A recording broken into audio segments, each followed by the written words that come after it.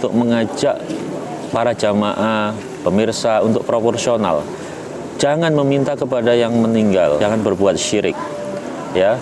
Tapi juga jangan mudah mengkafirkan, membid'ahkan orang yang seakan-akan menurut pandangan Anda syirik. Ziarah kubur dianggap syirik, padahal dibolehkan. Berarti Rasulullah Anda kafirkan. Berapa kali Rasulullah ke Baqi Al-Qarqad? Sering, ya. Bahkan sebelum meninggal ke Baqi, dan beliau sempat mengunjungi pemakaman Uhud. Itu beberapa hari sebelum beliau meninggal. Dan itu dibolehkan. Fazuru, kenapa? Karena ke ziarah kubur itu bisa melembutkan hati kita, ya. Ziarah kubur itu bisa membuat kita ingat akan akhirat. Rabbuna Rabbul Qulubi wa huwa 'allamul ghuyub fis syuruqi wa fil ghurubi nuruhu. Assalamualaikum warahmatullahi wabarakatuh. Alhamdulillah haqqa hamdi wala haula wala quwata illa billahil azim. Baik, jamaah pemirsa amalan Aulia Karimun yang dimuliakan oleh Allah.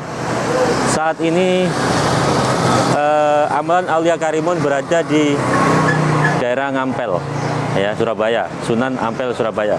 Kita akan berziarah ke Sunan Ampel Surabaya, sekaligus kita akan kupas sejarah tentang Sunan Ampel Surabaya.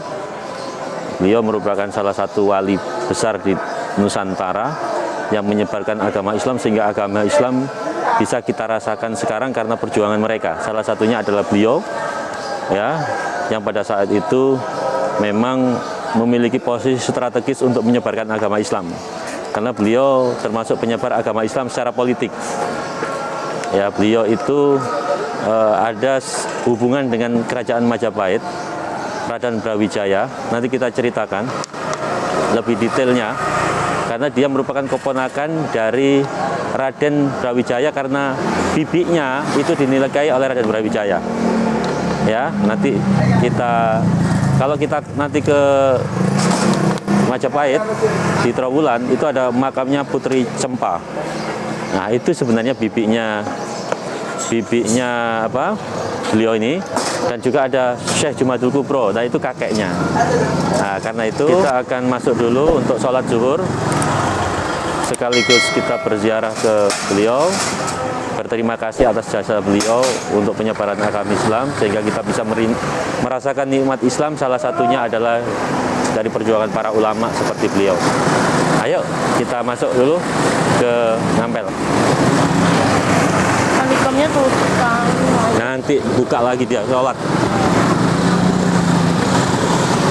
Bukan alikam itu yang ayaman. Tadi loh ada yang warna hijau persis. Tahu, ada yang persis. Persis loh yang tadi dipajang. Ya udah, kalau ada yang persis, nanti aja kita kesini. Insya Allah. Kan ada dua macam tadi.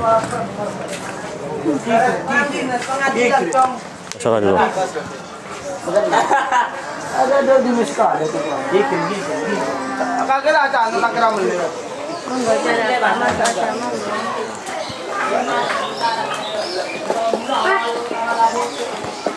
Yuk kita jalan, salat zuhur. Waalaikumsalam, salat zuhur. Jadi apa, Pak? Salat. Monggo, coba sayang istrinya. Salat zuhur. Salat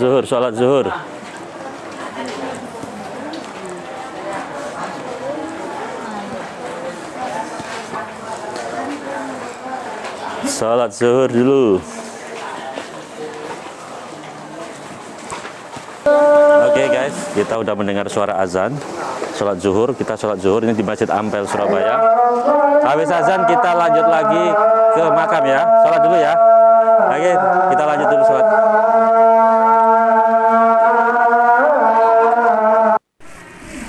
Ini Masjid Sunan Ampel guys. Masjid lama, masjid penuh dengan sejarah.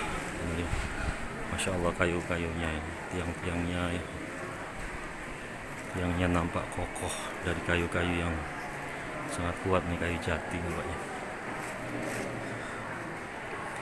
Ini bangunan lama.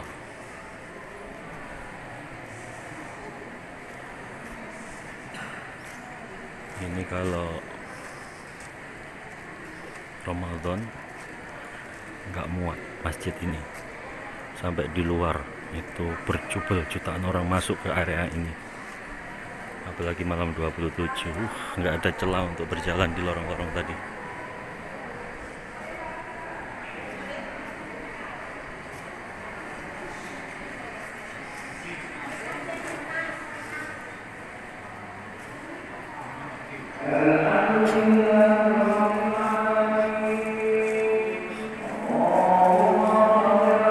Masjidnya cukup luas.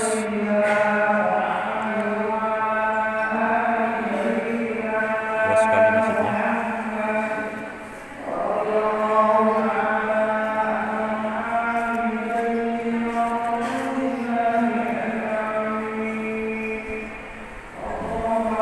Ini Masjid Ampel yang terus melakukan pemekaran.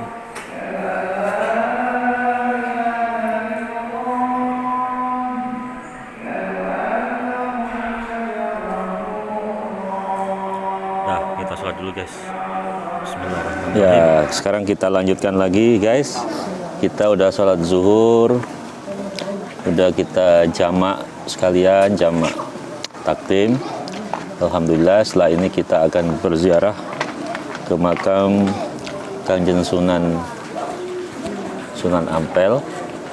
Di sini saya perlu menjelaskan sebentar sebelum kita berziarah kepada para pemirsa jamaah amalan aulia yang ada di rumah masing-masing, bahwa sekarang banyak beredar paham tentang takfiri, mudahnya orang mengkafirkan orang lain. Jadi ziarah begini ini dianggapnya sebagai perbuatan kafir atau bahkan bid'ah gitu ya. Padahal Rasulullah SAW sendiri itu menganjurkan kita untuk berziarah. Dulu memang pernah dilarang. Kata Rasulullah, kuntu nahaitukum ziyaratal kubri ala fazuruha. Jadi dulu Rasulullah itu pernah melarang orang untuk berziarah, tapi sekarang Rasulullah membolehkan kita untuk berziarah kubur. Kenapa? Karena memang dulu pada awal-awal umat Islam belum begitu kuat akidahnya, dikhawatirkan orang ke kuburan itu menyembah, ya, menyembah orang yang mati atau meminta orang yang mati, gitu kan? Sehingga Rasulullah melarang itu.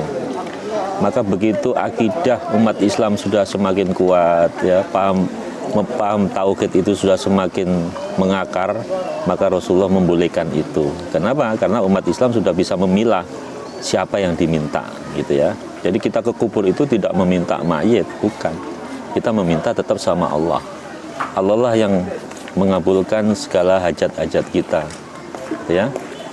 Dan kita tidak ada orang, saya yakin semua yang berziarah kubur tidak ada yang meminta kepada mayit, tapi mereka tetap meminta kepada Allah.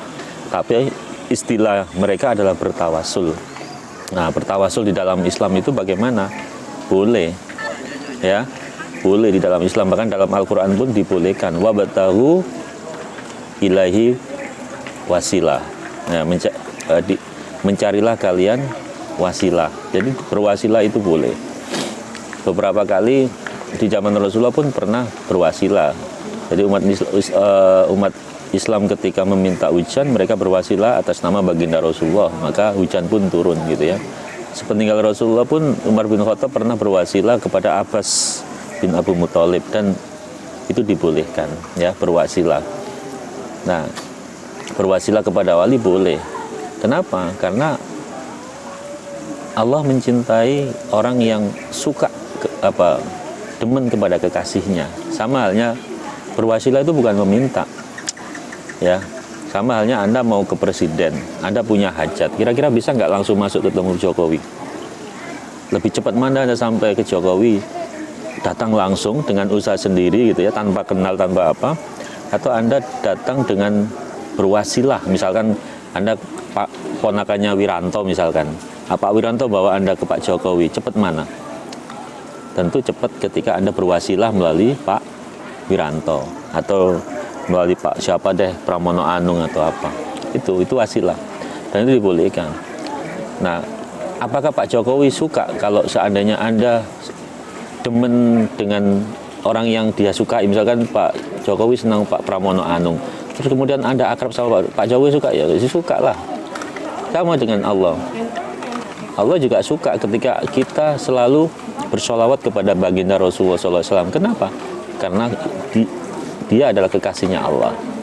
Sama halnya Allah juga pasti akan suka ketika kita demen untuk mendoakan para kekasihnya, para waliullah, kita doakan, kita bacakan. Allah juga demen, gitu kan. Nah, sama kita punya, ada orang datang ke Anda, terus orang itu suka dengan anak Anda, orang itu suka dengan saudara Anda, tentu Anda pun suka dengan orang itu. Tapi kalau Anda membencinya, Anda memusuhinya, tentu Allah juga tidak suka, ya, gitu. Nah, itu wasilah. Nah, ini tolong ini dibahas secara mendalam, dan nanti kita akan ada bab khusus ya tentang wasilah. Nanti baca bukunya Buti itu, Romdon Al-Buti, itu udah ulama karismatik dari Turki itu. Nah, sekarang ini kan banyaknya paham takfiri, bid'ah, gampang sekali membid'ahkan, gampang sekali mengkafirkan. Ini berbahaya sekali di dalam Islam, ya. Para ulama itu mewanti-wanti jangan kalian ekstrim di dua hal. Pertama adalah mudah mengkafirkan, dan yang kedua adalah meremehkan untuk mengkafirkan. Nah, ini dua-duanya adalah paham ekstrim, ya. Tafritul fit takfir wa ifratul fit takfir. Ini dua paham ekstrim yang kalau bisa dihindari, dan kita seharusnya berada di ummatan wasato, di tengah-tengah. Meremehkan orang yang berbuat kafir itu juga salah, ya, berlebihan. Mudah mengkafirkan orang itu juga salah. Jadi yang benar bagaimana? Ya proporsional. Tidak seharusnya kita gampang mengkafirkan, karena perbuatan gampang mengkafirkan seseorang itu sendiri sudah kafir. Man kafaro akhahu musliman fahuwa kafir. Barang siapa yang mengkafirkan saudaranya muslim itu kafir, gitu loh. Jadi kita bisa menjadi kafir itu gara-gara mengkafirkan saudara kita yang sesungguhnya tidak kafir. Nah, orang kafir, murtad, atau fasik dan lain sebagainya, itu juga harus ada aktivitas hati. Bagaimana Anda meneropong aktivitas hati seseorang, dia musyrik atau tidak, ya, padahal dia ahlul la ilaha illallah. Tiba-tiba kalian kafirkan hanya melihat sepintas dari jauh. Ini berbahaya.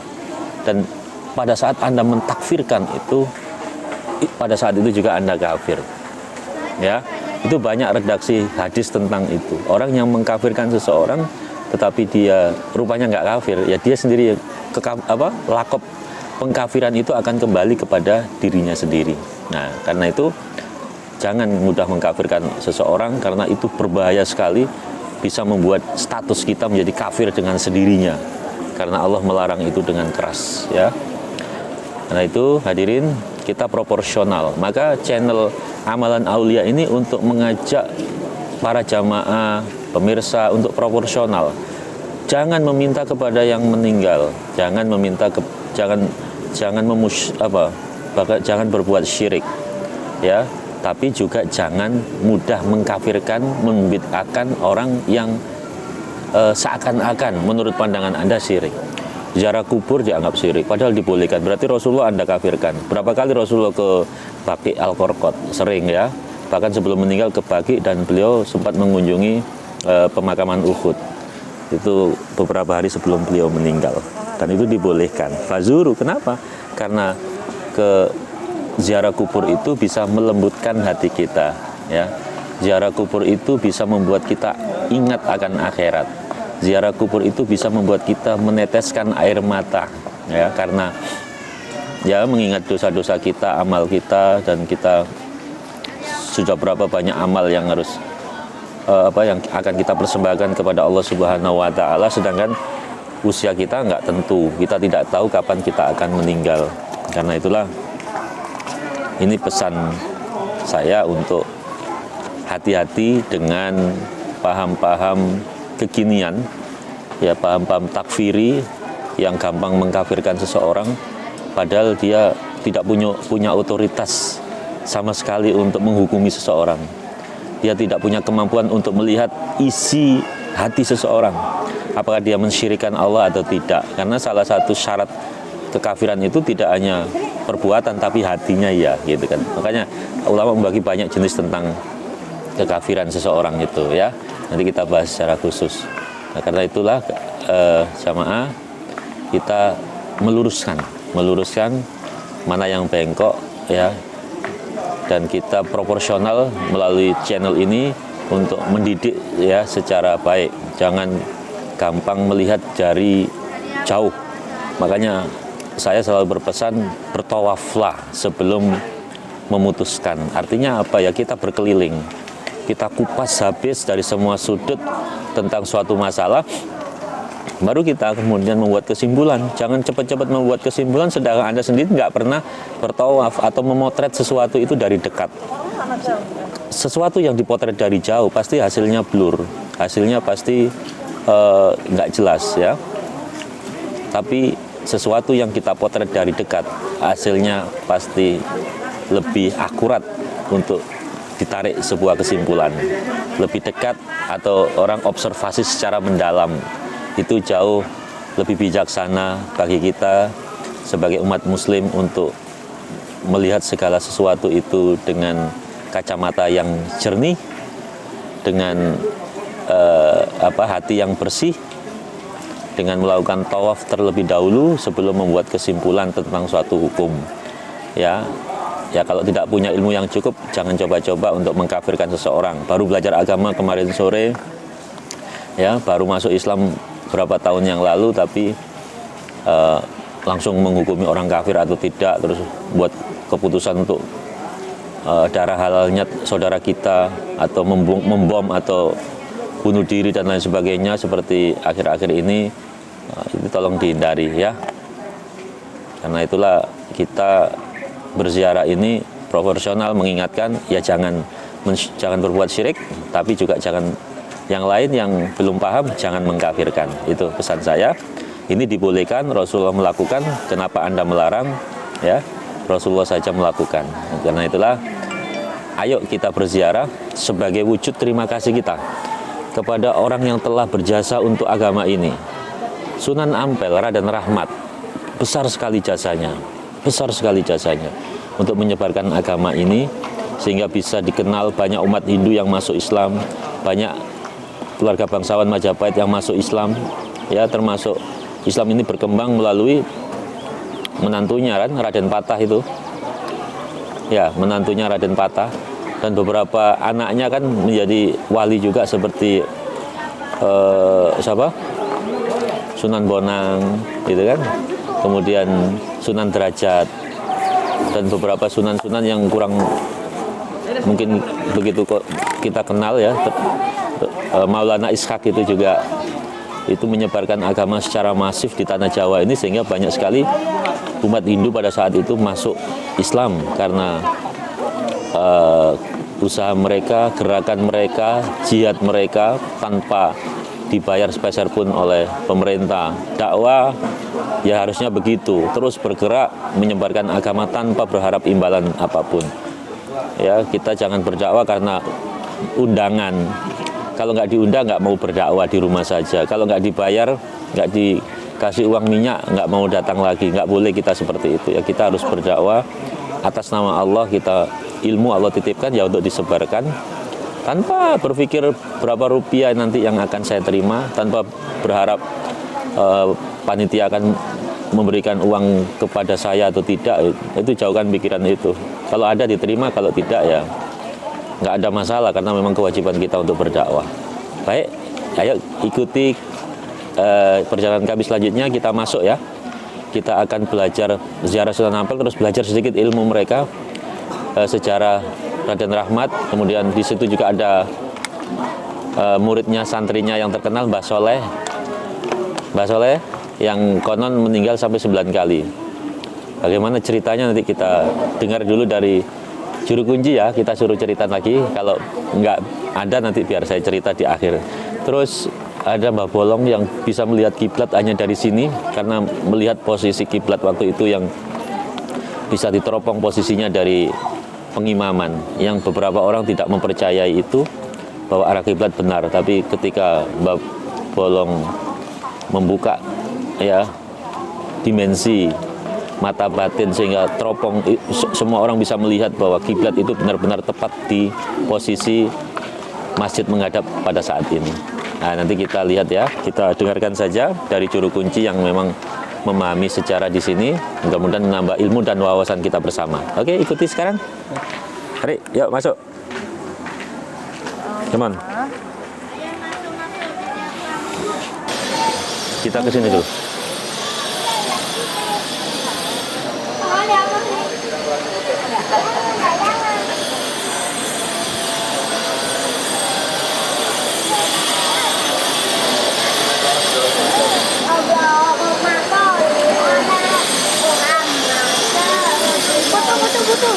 Tuh makan senang nonton.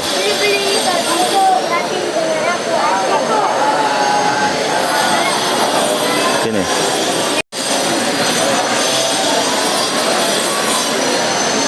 Coba kita baca salam dulu.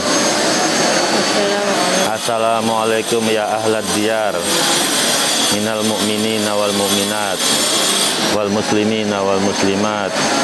Inna insyaallahu bikum lahiqun. Yuk kita masuk. Kita ya. Kita cari posisi dulu sini.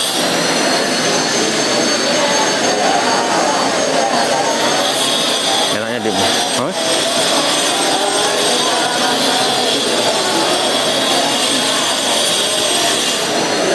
itu di tengah itu.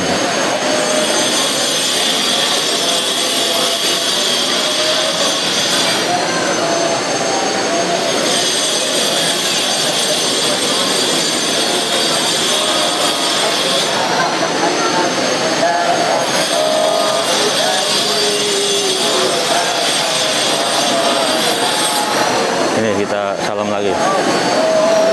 At-tahiyatul mubarakatus salawatut thayyibatulillah. Assalamu alayka ayyuhan nabiyyu wa rahmatullahi wa barakatuh. Assalamu alayka ya waliyallah. Assalamu alayka ya Kanjeng Sunan Ampel. Assalamualaikum Kiai Sun Haji Mbah Bolong. Assalamualaikum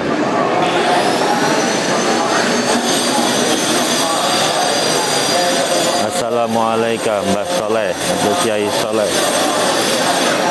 Assalamu alaina wa ala ibadillahis sholihin. Asyhadu an la ilaha illallah wa asyhadu anna Muhammadar Rasulullah. Allahumma salli ala sayyidina Muhammad wa ala ali sayyidina Muhammad. Assalamualaikum warahmatullahi wabarakatuh. Kita baca.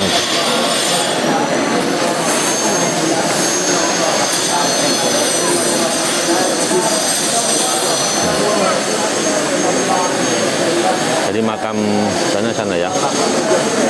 Makam Raden Rahmat di sana. Dengan hotel.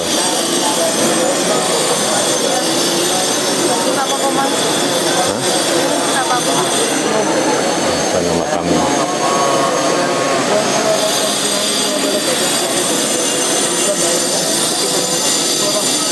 Ayo kita berdoa dulu. Bismillahirrahmanirrahim. Astaghfirullahalladzim astaghfirullahalladzim astaghfirullah. Astaghfirullahalladzim astaghfirullahalladzim astaghfirullahalladzim. Ya ambilnya yang mananya? Itu loh di sana tadi. Besar sendiri. Iya, sana ambil sana. Ampel tuh jago. Loh, ya tadi saya ceritakan di video tadi nggak didengerin. Dia wali sawar apa pemimpinnya para wali. Cuman Iya kan Abu Dua, iya kan Nasta'in, ihdinas siratal mustaqim.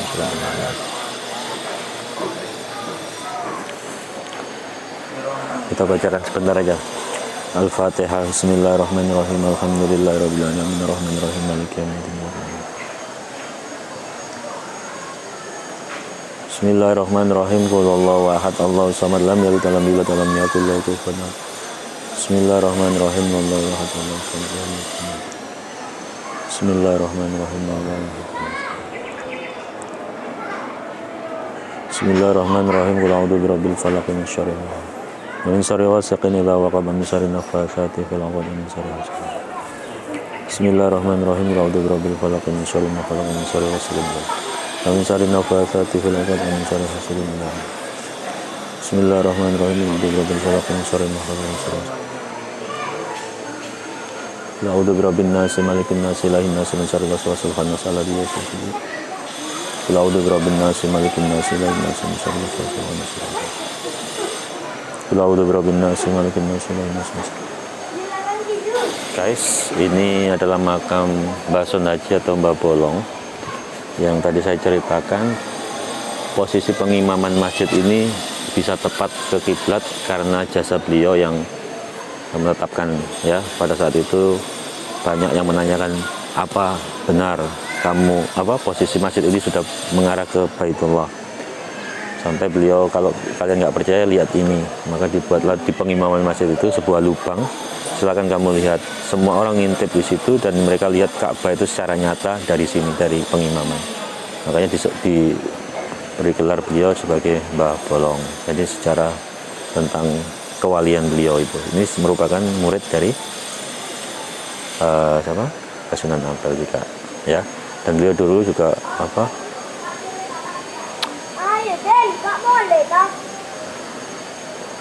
termasuk masa mudanya juga agak preman gitu kan, ya. Oke, nanti kita biar dijelaskan oleh juru kunci. Nanti kita lihat makam Mbah Soleh sebelah sana.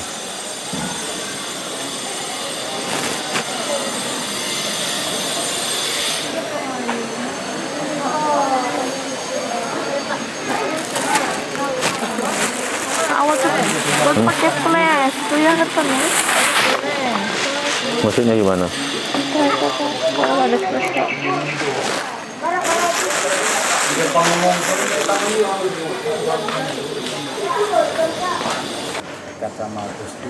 Dekat.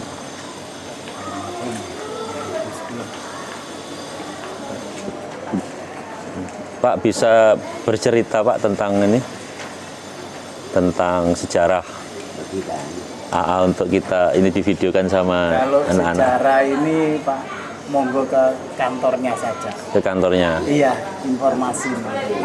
Di mana kantornya? Ini lurus, sudah kelihatan memang jalannya. Coba sorot. Ayat. Ada 9.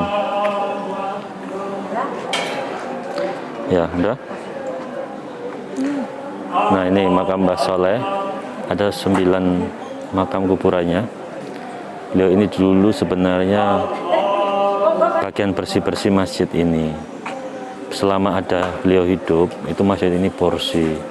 Tapi begitu beliau meninggal, masjid ini seakan-akan nggak ada yang merawat, gitu ya. Nggak ada yang bisa bekerja ikhlas seperti beliau, mengabdi karena Allah, membersihkan rumah Allah ini. Sehingga masjid ini tampak kotor. Sehingga Kanjeng Sunan Ampel pernah bergumam gitu ya, bahasanya bergumam, andai saja Soleh masih hidup, tentu masjid ini masih bersih gitu ya, selalu senantiasa bersih. Maka nggak lama seperti itu, semua orang bisa melihat beliau hidup lagi. Semua orang berjumpa dalam keadaan membersihkan halaman ini, bersihkan halaman ini sampai suatu ketika beliau meninggal. Layaknya orang meninggal, dikuburkan lagi. Terus begitu masjid ini kotor lagi, akhirnya beliau datang lagi, hadir untuk menyapu-nyapu terus sampai ada suatu kisah beliau akan meninggal terus, ya, ketika Kanjeng Sunan Ampel sudah meninggal. Nah, makanya kuburannya sampai 9. Sampai 9, ya. Wallahu a'lamu bishawab. Tapi itulah cerita yang berkembang, diyakini oleh masyarakat, dan bahwa yang hidup kembali sebagai tukang bersih-bersih itu yang Mbah Soleh dengan wajah yang sama. Dengan wajah yang sama, inilah karomah kewalian ya. Ini karomah kewalian yang itu kehendak Allah. Kita harus yakin kalau Allah udah berkehendak itu, akal ini harus kalah. Nah, Karena Allah itu fa'alul lima yurid itu. Sifat Allah itu fa'alul lima yurid. Ya sakarepe dhewe, Allah mau apapun ya terserah Allah dong itu. Kehidupan ini milik Allah. Orang bisa lahir tanpa bapak kok. Orang bisa lahir tanpa ayah dan ibu kok, kan gitu. Ya terserah Allah. Yang mati bisa Allah hidupkan, yang hidup bisa Allah matikan, itu kehendak Allah. Apalagi beliau yang, ya, kalau Allah memang berkehendak, innallaha ala kulli syai'in qadir, ya semua bisa terjadi. Termasuk hanya meninggal hidup 9 kali ini, kalau itu kekuasaan Allah kecil sekali. Bagi manusia nggak masuk akal. Yang mengingkari kudrat dan iradatnya Allah itu yang nggak betul, yang kafir. Ya kita yang terbaik adalah wallahu a'lamu bishawab. Kita yakin ini sebagai karomah wali, dan kita serahkan ini, kebenaran ini hanya Allah yang tahu. Ya kan gitu. Tidak boleh kita mengingkari sesuatu yang memang ada kebenarannya dan diyakini oleh kebanyakan besar masyarakat dan para ulama. Oke, sampai di sini tentang Mbah Soleh. Kita bacakan doa dan Al-Fatihah untuk beliau. Mudah-mudahan bakti beliau untuk masjid ini, untuk membersihkan masjid ini, diterima oleh Allah sebagai amal ibadah dan dikumpulkan bersama orang-orang soleh nanti di surganya Allah. Al-Fatihah. A'udzubillahi minasyaitonirrajim. Bismillahirrahmanirrahim. Iyyaka na'budu wa iyyaka nasta'in ihdinas siratal mustaqim siratal ladzina an'amta 'alaihim ghairil maghdubi 'alaihim waladdallin. Al-Fatihah. A'udzubillahi minasyaitonirrajim. Bismillahirrahmanirrahim. Iyyaka na'budu wa iyyaka nasta'in. Al-Fatihah. Bismillahirrahmanirrahim. Alhamdulillah. Assalamualaikum warahmatullahi wabarakatuh. Halo guys, kemarin kita sudah konten di Sunan Ampel. Nah, di situ kita tidak ketemu dengan juru kunci yang bisa membahas Sunan Ampel lebih dalam lagi. Nah, sekarang kita akan minta tolong Ayah untuk menjelaskan lebih dalam siapa sih Sunan Ampel itu dan apa kelebihan-kelebihannya sehingga banyak orang yang berziarah ke kuburannya. Kita persilakan Ayah untuk menjelaskan. Oke, baik. Kita lanjutkan yang kemarin ya. Memang kemarin karena waktu sehingga kita nggak bisa menunggu juru kunci ya. Dan memang banyak cerita menarik yang bisa kita bahas tentang Kanjeng Sunan Ampel ini. Orang tentu bertanya dengan melihat fenomena kekinian yang banyaknya peziarah yang datang tidak pernah putus. Bahkan dari data yang disampaikan Ustadz Thoyib, 3.000 sampai 5.000 per hari jamaah selalu datang berziarah dari berbagai penjuru Nusantara. Kita nggak tahu dari mana-mana. Orang berziarah seakan-akan memang udah ada panggilan masing-masing untuk berziarah ke makam beliau. Nah, sekarang kita akan coba kupas sebagai pengetahuan dan wawasan bagi kita semua dan anak-anak kita tentunya agar tidak kehilangan sejarah besar ini. Sunan Ampel ini merupakan seorang wali besar yang menggagas berdirinya Wali Songo. Beliau bisa disebut sebagai bapaknya Wali Songo, pemimpinnya Wali Songo. Kenapa? Karena memang berangkat dari beliau, ide-ide beliau lah, kemudian Wali Songo ini berdiri. Wali Songo ini berdiri. Nah, Sunan Ampel ini sebenarnya bukan asli orang Indonesia. Sunan Ampel itu datang dari kerajaan Cempa. Ya, Cempa itu daerah Kamboja. Daerah Kamboja. Jadi Wali Songo ini, Sunan Ampel ini merupakan keluarga bangsawan. Anak raja dia itu. Anak raja Cempa. Nah, kemudian beliau merantau bersama ayahnya, Maulana Malik Ibrahim, dan ibunya Dewi Chandrawulan, ya. Nah, kakak dari ibunya Sunan Ampel ini itu dinikahi oleh Raden Brawijaya kelima. Ya, makanya kalau kita berkunjung nanti ke Troloyo, kita insya Allah akan ziarah ke makam Troloyo itu ya. Nanti ada namanya Putri Cempa. Nah, Putri Cempa itu siapa? Putri Cempa itu ya bibinya Sunan Ampel ini gitu. Nah, nanti kita akan kunjungi ke sana untuk melihat jejak-jejak situs Islam di sana di kerajaan Majapahit, ya. Nah, kembali ke Sunan Ampel. Sunan Ampel ini termasuk ulama yang sangat karismatik, ya. Beliau pahamnya sebenarnya bukan Syafi'iyah. Beliau bukan Syafi'iyah, beliau itu Hanafi. Makanya kecenderungan pikiran-pikiran Sunan Ampel itu tegas, gitu ya, tegas. AABB, gitu ya. Dalam syiarnya itu ya dia tidak mau mencampur antara tidak terlalu mencampur seperti kalau kita lihat sejarah Sunan Kalijogo itu, budaya dan agama itu kan beliau aduk sedemikian rupa sehingga menarik perhatian masyarakat pada saat itu yang mayoritas Hindu, Buddha, dan Kapitayan, ya, agama Jawa asli itu, Kapitayan. Nah, Sunan Ampel ini kecenderungan tegas, ya, halal, haram lah, gitulah Sunan Ampel ini. Tetapi setegas-tegasnya Sunan Ampel ini, beliau masih tetap menghargai budaya lokal. Ini harus diperhatikan. Beliau tidak memaksakan kehendaknya. Tegas dalam konteks ini ketika beliau berkomunikasi antar ulama itu warnanya udah jelas, ya, AABB. Kalau kita bandingkan sama Sunan Kalijaga itu masih bisa sangat eklektif, ya. Eklektif itu sangat fleksibel mengkombinasi antara agama dan budaya. Misalkan kita kenal wayang gitu kan, dakwah melalui wayang dan lain sebagainya, itu ya karya Sunan Kalijaga. Nah, beda dengan Sunan Ampel, ya tegas gitu.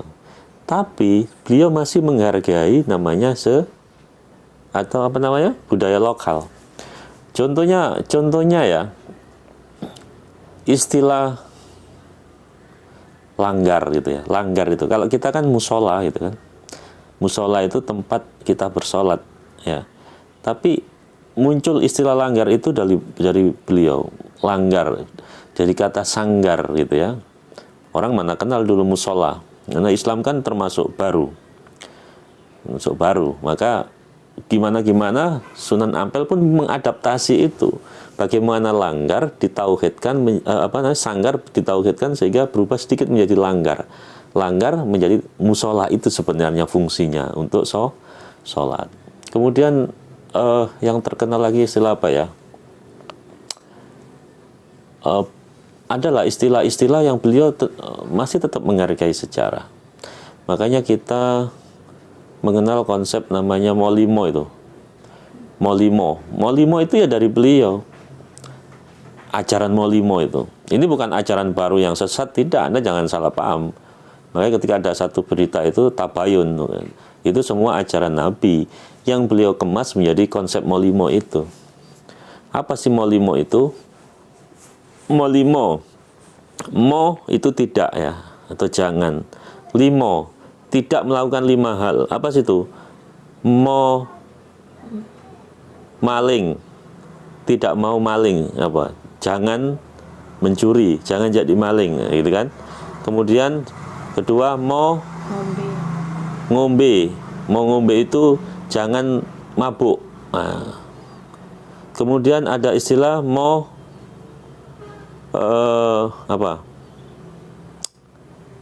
madon itu apa? Zina, jangan melakukan zina, ya. Kemudian ada istilah apa lagi? Madat. Nah, jangan madat. Madat itu candu, ya, tidak boleh melakukan madat. Kalau dulu kan ya. Terus mau main, ya, yang kelima. Mau main itu jangan berjudi. Nah, ini semua kan ajaran Nabi. Nabi kan melarang 5 hal ini kan. Jangan dianggap ini sesat. Ini ajaran Nabi yang dikemas. Kenapa? Karena konteks masyarakat pada saat itu cenderung melakukan ini. Di mana-mana beliau berdakwah akan jumpain orang main sabung ayam. Ini masuk apa? Hah? Main judi. Sabung ayam itu sambil berjudi dia gitu, taruhan. Kemudian ada ngombe. Banyak masyarakat yang biasa minum arak pada saat itu. Ada lagi namanya madon, berzina itu banyak pada zaman dulu itu karena tidak ada norma dan penegakan peraturan yang ketat, sehingga itu hal yang biasa. Yang namanya apa? Ganja, ya, madat, itu juga sangat biasa. Maling, apalagi polisi nggak seperti sekarang, hukum mungkin nggak setegak seperti sekarang. Namanya mencuri itu udah jadi profesi orang-orang tertentu, ya. Nah, jangan melakukan 5 hal. Ini adalah konsep yang digagas dan kemudian disosialisasikan oleh Kanjeng Sunan Ampel. Ini tenar sekali. Ini para santri, yang orang-orang kawan-kawan yang nyantri di Jawa Timur, ya, Jawa Tengah, itu akrab sekali nih kalau di Jawa itu, molimo. Kalau dulu kita sering masih nyantri itu misalkan kasih amalan gitu ya, minta amalan sama kiai. Kiai minta amalan ini kiai biar selamat kiai, ini baca ini misalkan, baca laqad ja'akum rasulun min anfusikum azizun alaihi ma anittum harisun alaikum bil mu'minina raufur rahim. Fa in tawallaw faqul hasbiyallahu la ilaha illa huwa alaihi tawakkaltu wa rabbul arsyil azim. Nah, baca 7 kali ya setelah sholat misalkan. Kalau ada tertentu suruh puasa. Ada pantangannya kiai, ada apa itu molimo kata dia. Jadi para pengamal ini insya Allah kalau ketemu preman ya nggak takut dia gitu kan, karena orang-orang yang berniat jahat Allah akan lindungi itu, dia akan terlempar dengan sendirinya.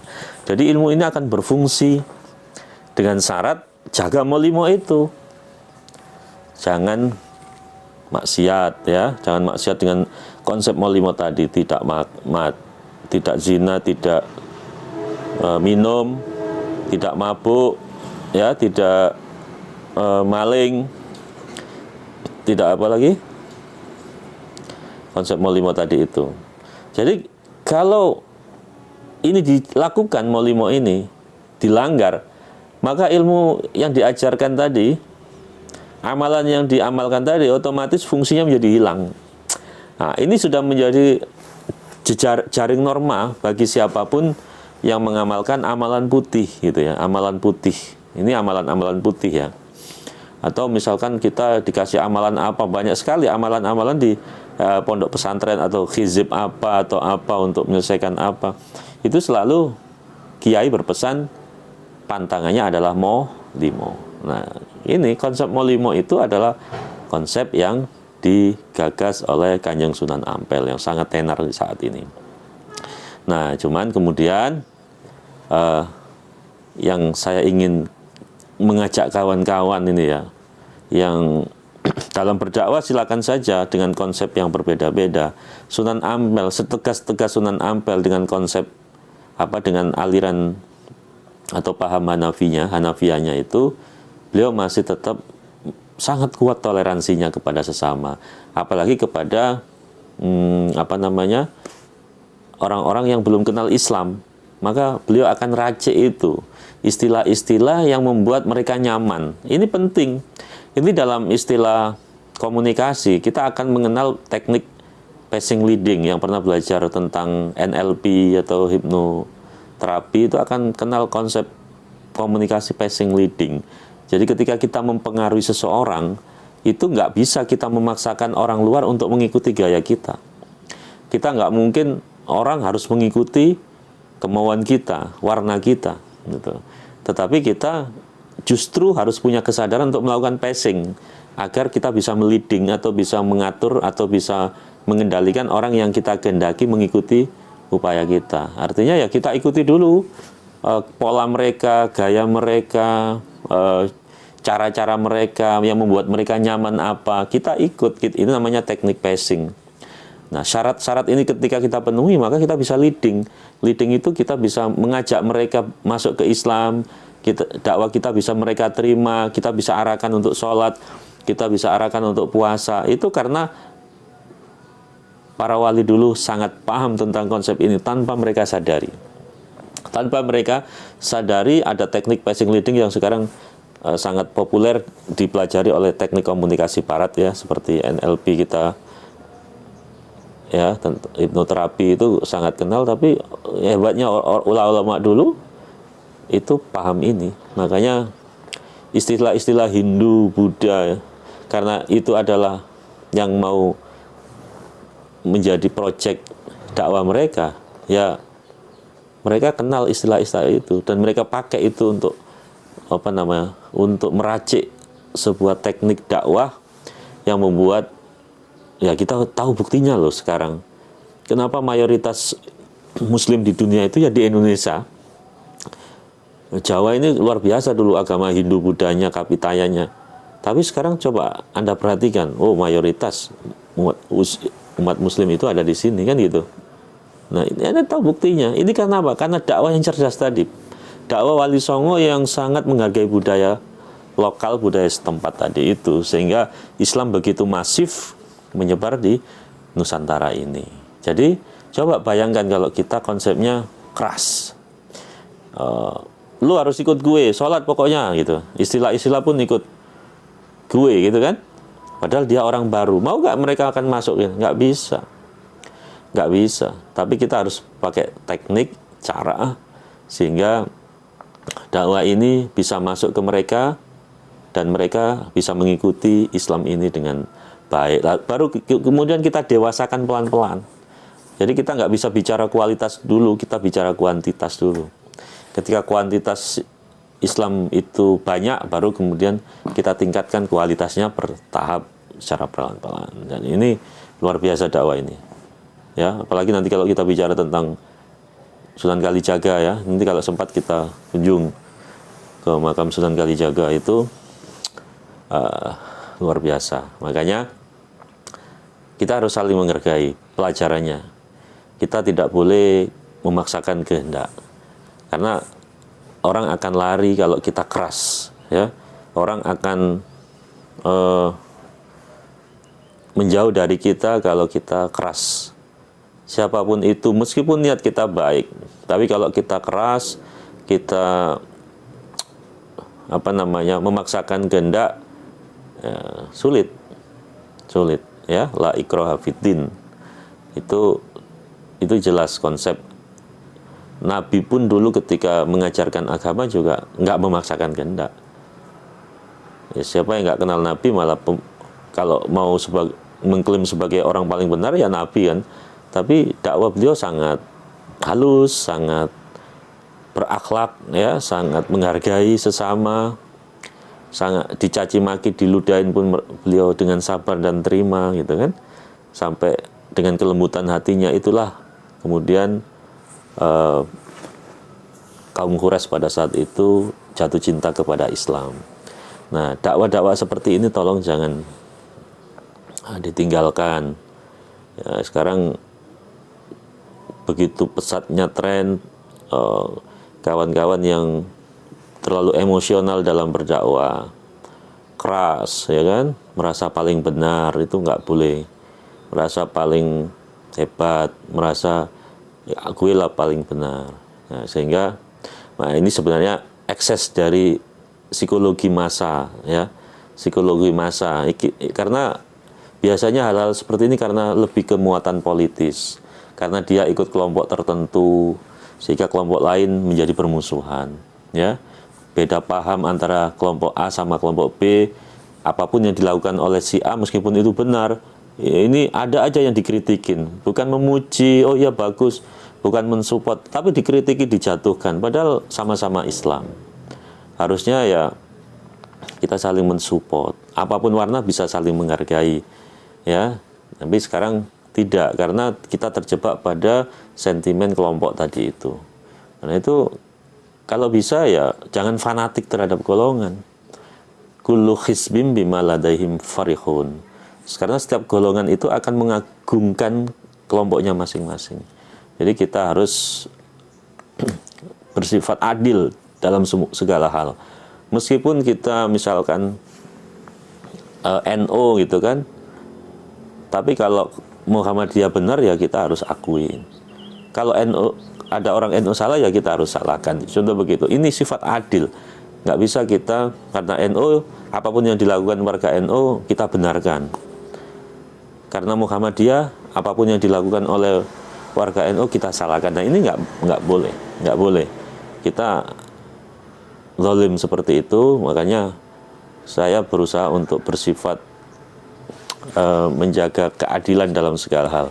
Kadang dalam berdakwah kita diserang pihak sana karena nggak sepaham, pihak sana karena sepaham. Ya karena kita harus menjadi bandol kebenaran. Biar Allah nanti yang melindungi dakwah kita, karena selalu menjaga keadilan, tidak berpihak sana dan berpihak sini. Yang salah ya salah, yang benar ya benar. Jangan fanatik terhadap kelompok atau golongan. Kullu hizbim bima ladaihim farihun. Kalau mau fanatik, hanya fanatik kepada Allah dan Rasulnya. Nah itu, hanya fanatik kepada Allah dan Rasulnya. Guru, perlu nggak fanatik kepada guru? Guru itu dihormatin, jangan didewakan, jangan fanatik. Karena bagaimanapun guru adalah manusia yang insya Allah ya punya salah, punya kelemahan. Hanya Allah dan Rasulnya yang tidak punya kelemahan. Ya, kalau hanya guru ya kita wajib hormati. Biasanya orang yang fanatik ke guru itu kalau gurunya baru satu. Kata Imam Syafi'i begitu. Kalau kamu pengen tahu kelemahan gurumu, nanti kalau kamu udah belajar ke guru kedua, ketiga, dan keempatmu, baru tahu bagaimana kelemahan guru pertamamu. Tapi kalau kamu hanya punya guru satu, ya fanatik pasti. Terbangun, ya apapun yang dilakukan guruku pasti benar gitu. Karena kita nggak punya guru yang kedua, ketiga, dan keempat. Maka perbanyaklah belajar guru. Gara-gara inilah dulu saya memang suka pindah-pindah pondok ya. Saya paling mondok itu nggak lama, di sini 3 tahun, nanti di sini 1 tahun, di sini 1 tahun, 3 tahun. Apa? Karena saya ingat betul pesan Imam Syafi'i ini. Kalau kamu pengen tahu kelemahan gurumu ya setelah kamu belajar sama guru yang kedua, ketiga, dan seterusnya gitu ya. Ini artinya apa? Ini berbicara tentang tidak boleh kita fanatik kepada guru, fanatik hanya kepada Allah dan Rasulnya. Nah ini pelajaran besar dari apa yang disampaikan oleh Sunan Ampel ini. Makanya beliau ini punya posisi strategis dakwah Islam khususnya di Surabaya, di Jawa Timur itu berkembang ya. Nama beliau itu kan nggak hanya tenar di Jawa Timur, sampai Kudus itu. Kalau nanti kita ke Masjid Kudus, itu salah satu tiang ada yang dinamakan tiang Ampel. Ada 4 soko guru itu, 4 tiang itu, penyangga Masjid Kudus itu ya. Sampai sekarang tiangnya kan ada, salah satunya ya tiang Ampel. Itu kan. Nah, berarti pengaruh beliau sampai sana ya. Ya, Raden Patah itu yang mendirikan kerajaan Demak itu kan menantunya, putra dari Raden Brawijaya Raja Brawijaya Majapahit. Nah, dinikahkan sama putrinya Kanjeng Sunan Ampel ini. Nah, ini bagian dari dakwah pesat, sehingga beliau dengan posisinya itu sangat dikenal oleh masyarakat. Dikenal begitu pesat sampai ke mana-mana, ke Nusantara. Beliau mengajarkan itu semua kepada murid-muridnya ya, kepada Sunan Bonang, kepada Sunan Derajat, Sunan Kalijaga, ya, Raden Patah, sehingga dakwah ini terus kemana-mana. Nah, itu hebatnya Sunan Ampel ya. Karena ini kita belajar dari kelembutan yang beliau ajarkan. Kita berdakwah itu harus menggunakan hati, bukan menggunakan emosi ya. Ini tentu saja berbeda dengan sekarang. Banyak sekali paham-paham keras yang hanya mengandalkan emosi di dalam berdakwah. Padahal ulama-ulama kita dulu itu semua menggunakan hati di dalam berdakwah, menggunakan kelembutan sehingga bisa diterima oleh seluruh masyarakat setempat. Apalagi ketika kita menyebarkan agama baru, agama Islam, misalkan nanti kita kemana, ya kita harus ikut kayak mereka.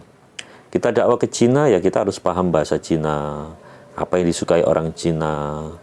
Kita dakwah ke orang Minang, ya kita pelajari budaya Minang. Kita budaya ke orang Batak, ya kita setidaknya paham bahasa Batak. Itu meskipun Sunan Ampel itu orang Campa, dia belajar bahasa Melayu, dia belajar bahasa Jawa gitu kan. Rata-rata para wali Allah itu datang dari negeri asing gitu ya, dari Turki, dari Samarkand, dari Baghdad, dari Yaman gitu ya. Mereka kenapa bisa berkomunikasi? Ya karena mereka sangat menghargai budaya lokal, paham tentang dakwah. Dakwah itu kita harus mengikuti dulu irama orang yang kita dakwai, ya kita passing istilahnya. Baru kita bisa menarik mereka, kita bisa leading, kita bisa mengarahkan mereka untuk sholat, puasa, dan lain sebagainya. Ketika kita sudah senafas, ketika cara-cara kita sudah mereka terima, mereka sudah merasa nyaman dengan keberadaan kita, gitu ya. Kita nggak bisa keras di dalam berdakwah. Nah, yang saya pahami selama ini kekerasan itu bukan muncul karena sifat dari seseorang, tapi lebih cenderung ke ini nuansanya politis gitu ya. Karena politis, karena kelompok, karena golongan ya, seringkali orang itu bersifat keras. Misalkan ini bukan kelompokku, ini bukan golonganku. Jadi ustadz-ustadz ini yang menyampaikan ini bukan ustadz dari kelompok saya, maka saya tolak gitu kan. Bukan karena kebenaran. Ya, nah ini yang saat ini terjadi karena unsur politik, dan ini nggak boleh, ini namanya nggak adil kita. Maka kita harus adil, meskipun kita berkelompok silakan aja, tapi jangan fanatik, ya, jangan fanatik terhadap kelompok. Karena itu Al-Quran berpesan kullu hizbin bima ladaihim farihun. Ya, setiap kelompok itu akan mengagungkan kelompoknya sendiri-sendiri. Maka ya kalau saya sering, ya udah kelompok saya Islam dan titik. Saya mau diterima semua lapisan, Muhammadiyah, NU, apapun persis, semua adalah saudara kita seiman. Beda mazhab biasa, ya kan? Beda cara itu biasa. Tapi kan pengesaan terhadap Allah sama, ya. Bicara tentang akhlak sama, norma kebenaran sama, ya. Apalagi gitu. Kalau menuntut warna harus sama kan namanya kebodohan namanya. Kalau Allah ciptakan, mentakdirkan semua berbeda, ya. Allah ciptakan semua itu berbangsa-bangsa, bersuku-suku. Kok kita menuntut semua harus sama, itu namanya kesombongan itu. Itu namanya kesombongan, memaksakan kehendak. Ya, kita saling menghormati, saling menerima setiap perbedaan, setiap kekurangan sebagai bagian dari rahmat Allah Subhanahu wa taala. Ya, itulah kita dakwah. Nah, dalam berdakwah kita juga menuntut selain kelembutan, ya memang seperti itu. Ya, seperti itu kita harus bil hikmah wal mau'izatil hasanah. Ya, kalau kita harus berdebat ya wajadilhum billati ya ahsan. Jadi nggak bisa kita, selama ini kan yang dipertontonkan keras-kerasan.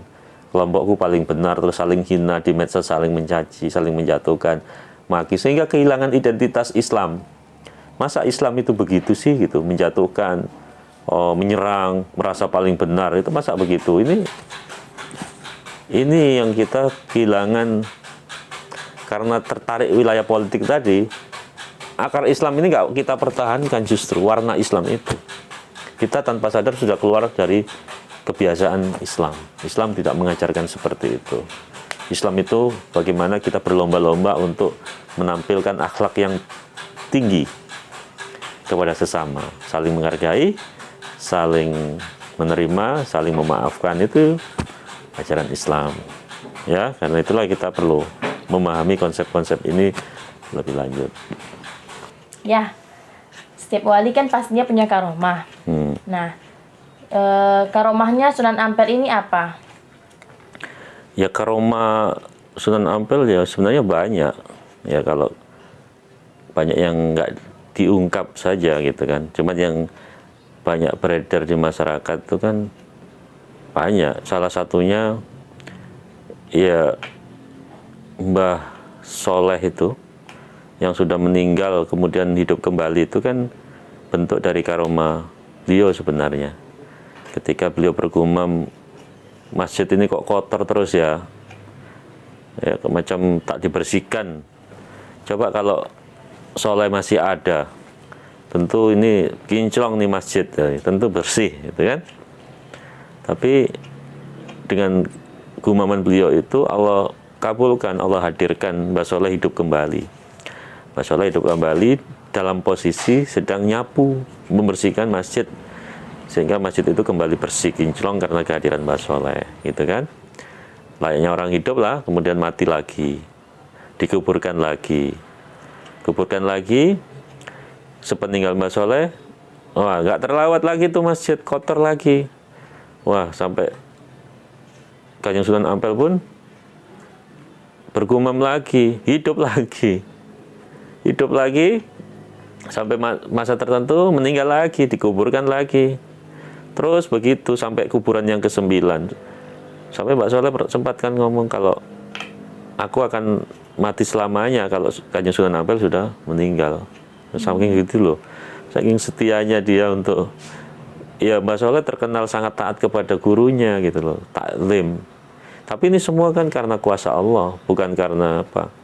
Hadirnya karomah seorang wali itu karena kuasa Allah semua. Allah yang memberikan karomah tersebut.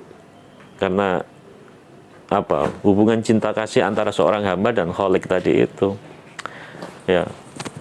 Jadi akhirnya Allah tunjukkan itu karomah seseorang karena kedekatannya itu, karena kewalihannya itu, karena bentuk cinta kasihnya seorang hamba dengan Khalik itu. Makanya banyak sebenarnya, termasuk peninggalan sumur yang kemarin diminum, sumur yang ada di dalam masjid itu yang diminum rasanya tawar padahal dekat dengan air laut ya.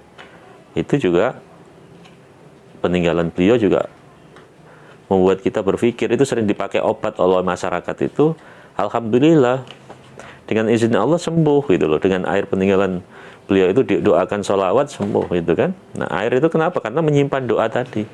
Air itu menyimpan doa para ulama dari dahulu, dipakai zikir oleh beliau sama muridnya, itu menyimpan air. Nah, air yang wali itu kan ada di dalam masjid tuh. Dulunya sumur di depan langgar. Dulu kan kecil aja langgarnya atau musolanya itu. Sekarang karena pelebaran masjid ya jadi besar. Nah di wali-wali, hampir semua wali itu selalu meninggalkan jejak itu sumur. Nanti Anda ke Sunan Gunung Jati itu dekat laut juga sumurnya, tapi nggak asin. Rasanya tawar gitu kan. Itu juga sering dipakai obat oleh masyarakat. Karena masyarakat percaya, dan insya Allah air itu juga punya karomah karena sering dibacakan zikir dan doa, ya bisa menyembuhkan. Jadi air itu jangan diremehkan, obat dari air gitu loh. Segala sesuatu itu bisa berangkat dari air. Kita hadir dari air.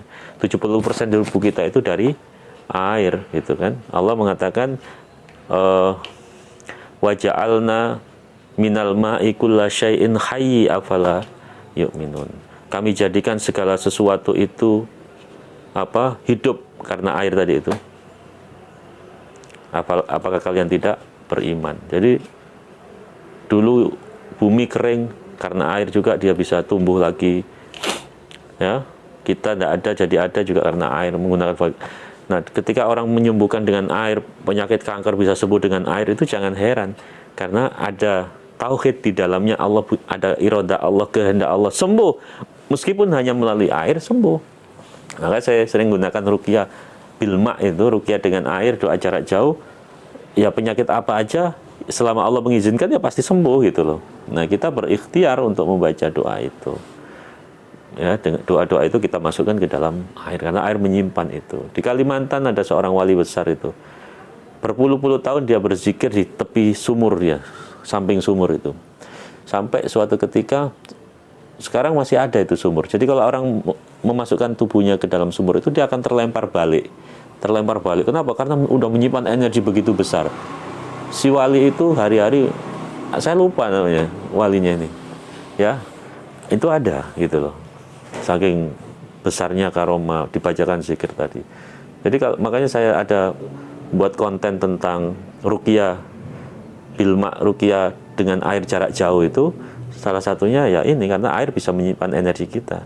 Nah, silakan dibaca itu, dilihat lagi di konten saya, ruqyah jarak jauh dengan air itu. Anda putar itu tiap hari, buka YouTube saya itu diputar, buka itu air Anda itu sehingga masuk ruqyah di dalamnya gitu loh. Anda minum itu setiap hari untuk menetralisir tubuh kita dari berbagai unsur jahat, pengaruh-pengaruh jahat, jin, manusia atau apapun itu. Insya Allah kita akan terhindar, kita akan memiliki pagar di dalam diri kita itu. Diruqyah tubuh kita setiap hari dengan air. Ada manfaatnya, sangat bermanfaat untuk pengobatan kita, sangat bermanfaat. Allah berkehendak sembuh semuanya, ya. Jangan diremehkan hanya air, jangan. Gitu. Apalagi karomah beliau banyak, termasuk tadi Mas Soleh, air, apalagi banyak sih karomah beliau. Yang terpenting adalah istiqomah. Ya, al istiqomah itu merupakan karomah. Khairum min alfi karomah. Istiqomah itu lebih bagus, lebih baik daripada 1000 karomah. Lebih baik daripada orang bisa berjalan di atas laut. Lebih baik dari 1000 kali lebih baik daripada orang bisa terbang. Itu istiqomah. Makanya saya buat konten tentang wirdul latif, zikir pagi, zikir sore, rotibul hadat. Nanti selanjutnya saya akan keluarkan misalkan hizib bahr, gitu kan, hizib nasor. Itu jaga istiqomahnya luar biasa. Ya, kita menjaga istiqomah itu penuh perjuangan. Tapi kalau Anda bisa jaga ini sampai mati, Masya Allah, jos. Insya Allah Anda akan meninggal dalam keadaan sebagai walinya Allah. Ya. Kita baca zikir-zikir yang memang peninggalan para wali Allah. Bangun malam, sholat tahajud, udah berzikir itu. Ada zikir panjang sampai nanti jam 8 pagi. Pokoknya hari-hari zikir. Setiap kosong beraktif bisa baca sholawat. Wow. Penuh dengan rekaman ruh kita itu adalah semua rekaman tentang Allah. Nanti ketika Allah hadirkan di Yaumul Mizan, dibuka rekaman kita, ya isinya kan zikir semua, sholawat, subhanallah wa bihamdi. Nanti isinya apalagi, wah ini karomahnya gede sekali nih. Coba bayangkan kalau isinya rebutan proyek gitu kan, aneh itu kan, nanti bahaya itu. Isinya membohongin orang, isinya ingin menyakiti orang, isinya tentang ngumpat itu kan, umpatan-umpatan yang luar biasa itu, semua kebun binatang keluar, itu rekaman semua akan muncul, akan berbicara. Ruh kita ini kan ngerekam, dan kita nggak akan mungkin berbohong direkam. Rekaman paling detail itu ya rekaman Allah. Allah hadir di dalam diri kita, dicatat semua secara detail dan akan dihadirkan. Tapi kalau rekaman kita Allah, sholawat, zikir, pagi rotibul hadat, sore rotibul hadat, siang nasor, sore hizib bahr, nanti ada baca waqiah, sholat yasin gitu kan, nanti baca sakron, baca hizib nawawi, terus sholawat di tengah-tengah itu, asmaul husna, hari-hari itu aja sampai kita nggak sempat untuk ngomongin orang, nggak sempat untuk ghibah tadi itu, terus untuk menfitnah, nggak sempat untuk mencaci maki orang. Masya Allah, jiwa kita nanti semua tampil Allah semuanya. Semua akan bersaksi Allah, Allah, Allah. Ini karomah tertinggi. Dan itulah para wali itu begitu, punya istiqomah yang kuat. Dan Anda harus berpikir itu, bagaimana makam beliau begitu ramai, dikunjungi orang, nggak pernah sepi. Apalagi kalau pernah Ramadan, Masya Allah, nggak sempat kita berjubel orang itu, berjubel. Nggak pernah sepi. Masjid itu nggak ada space. Ya, saya kalau malam 27 sering sekali situ, nggak tidur saya kalau dari situ. Jarak salat tahajud itu pasti seluas itu. Saya mau cari sepi itu nggak bisa. Tempat yang agak longgar itu nggak bisa. Saking ramenya itu. Ya, orang udah datang jam berapa aja, udah mirip Mekah itu. Jam 2 rombongan segini datang, jam 3 rombongan ini datang, jam 1 ada yang datang. Waduh, itu Ramadan tuh, Insya Allah. Dan Anda perhatikan, pedagang itu begitu banyak. Orang sudah meninggal sekian ratus tahun yang lalu, itu masih memberikan manfaat. Coba, kita masih hidup, manfaat apa yang kita berikan untuk masyarakat? Dia udah meninggal saja, masa ngasih makan orang begitu banyak? Itu perniagaan di situ banyak sekali itu, dagang itu macam-macam ya, kurma, kitab, macam-macam, minyak, itu manfaat beliau. Para wali rata-rata begitu. Para wali-wali itu ya, nanti kita berkunjung ke wali-wali selanjutnya, kita akan dipertontonkan seperti itu. Kehidupan untuk masyarakat, para wali itu masih memberikan manfaat untuk masyarakat sekitar. Gitu ya. Cukup ya? Insya Allah seputar wali Sunan Ampel seperti itu. Nanti tunggu kisah wali selanjutnya dan tunggu konten-konten selanjutnya yang insya Allah akan menarik ya, menarik untuk disimak, memberikan manfaat, memberikan ilmu bagi kita semua. Tonton sampai habis. Untuk amalan aulia, yang ingat aktivitas ini aktivitas sosial ya, nanti sebagian akan untuk pembangunan pondok pesantren amalan aulia yang insya Allah akan segera kita rintis ya, kita dirikan. Mohon doa restunya untuk mensupport niat baik kita. Mudah-mudahan sebelum ajal menjemput, Allah memanggil kita, kita udah punya peninggalan jariah, amal jariah berupa pondok pesantren ya, dipakai anak-anak kita untuk menghafal Al-Quran, dipakai anak-anak kita untuk berzikir ya, dipakai untuk baca kitab ya kan, dan lain sebagainya. Kita tidur nanti di tempat peristirahatan terakhir masih dapat kiriman amal, Masya Allah. Luar biasa. Ya, demikian tadi ziarah kita ke makam Kanjeng Sunan Ampel. Mudah-mudahan kita bisa menyerap ilmu yang bermanfaat bagi kita dan mendapatkan berkah dari karomah kewalian beliau. Mudah-mudahan kita termasuk orang-orang yang soleh dan bisa mengambil ibrah dari pelajaran ziarah ke makam wali Sunan Ampel pada kali ini. Demikian, jangan lupa like, subscribe bagi yang belum. Kalau sudah subscribe jangan diulang lagi, cukup yang dulu like, komen, dan tonton sampai tuntas agar kita terus bersemangat untuk membuat konten-konten berikutnya yang lebih menarik. Terima kasih. Assalamualaikum warahmatullahi wabarakatuh.